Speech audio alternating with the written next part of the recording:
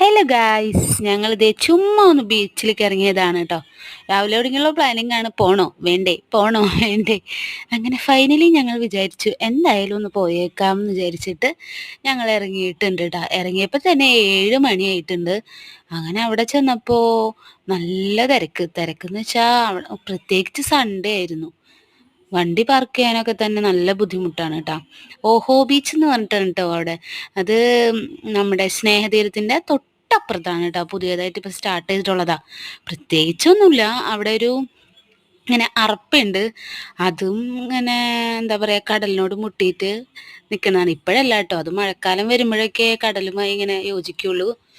ഞങ്ങളങ്ങനെ ചുമ്മാ അവിടെ ഫുൾ കുറേ ലൈറ്റ് അറേഞ്ച്മെന്റ്സ് പരിപാടി ഉണ്ടെന്നല്ലാതെ വേറെ പ്രത്യേകിച്ച്, പിന്നെ ഫുഡ് ഐറ്റംസ് ഉണ്ട് കേട്ടോ.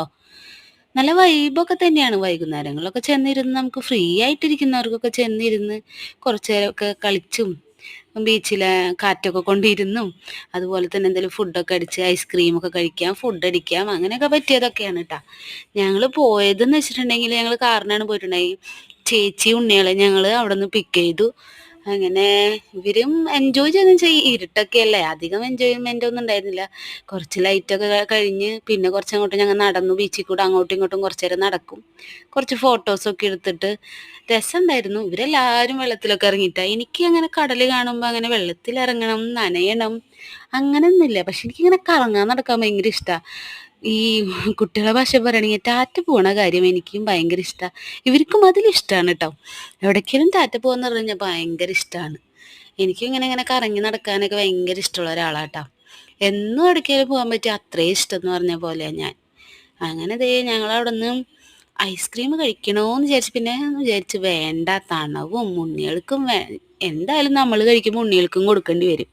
അപ്പം നൈസായിട്ട് ആ പ്ലാൻ ഞങ്ങൾ വേണ്ടാന്ന് വെച്ചിട്ട് പിന്നെ അവിടെ ഒരു കല്യാണം നടക്കണ്ടായിരുന്നു. എൻ്റെ പരിപാടിയാണ് കേട്ടോ ഈ കാണുന്നത്. സ്റ്റേജും പരിപാടിയൊക്കെ ഉണ്ടായിരുന്നു അവിടെ.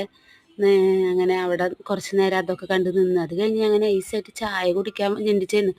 എൻ്റെ അമ്മേ, ഒരു ചായയും പിന്നെ ഞങ്ങൾ ബൂസ്റ്റാട്ടോ ഞങ്ങളെല്ലാവർക്കും പറഞ്ഞത്. ബൂസ്റ്റിന് വേണ്ടി വെയിറ്റ് ചെയ്ത് എന്തോരം നേരം നിന്നത്.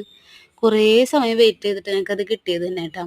പിന്നെ ഉരുളക്കിഴങ്ങിൻ്റെ മറ്റേ ഇപ്പോൾ പുതിയ സംഭവം ഉണ്ടല്ലോ, പൊട്ടറ്റോൻ്റെ റോൾ ഇങ്ങനെ ഉണ്ടല്ലോ, അതിന് ചോദിച്ചപ്പോൾ അവർ കുറച്ച് സമയം വെയിറ്റ് ചെയ്യേണ്ടി വരുന്നു. അത്രയും തിരക്കുണ്ടായിരുന്നു ഫുഡിനൊക്കെ അവിടെ കേട്ടോ. റേറ്റ് ആണെങ്കിലോ അതിലും വലിയ റേറ്റും. ഞങ്ങൾ നൈസായിട്ട് ഓരോ ചായയും കുടിച്ച് പിന്നെ എന്താവോ കഴിച്ചല്ലോ, വട കഴിച്ചു കേട്ടോ. ഓരോ വടയും കഴിച്ച് പിന്നെ അവിടെ നിന്ന് കുറേ ഫോട്ടോസൊക്കെ എടുത്ത് വേഗം തന്നെ തിരിച്ചു പോന്നു. ഇതൊക്കെ ഞങ്ങൾ അവിടെ വെച്ചെടുത്ത ഫോട്ടോസാണ് കേട്ടോ.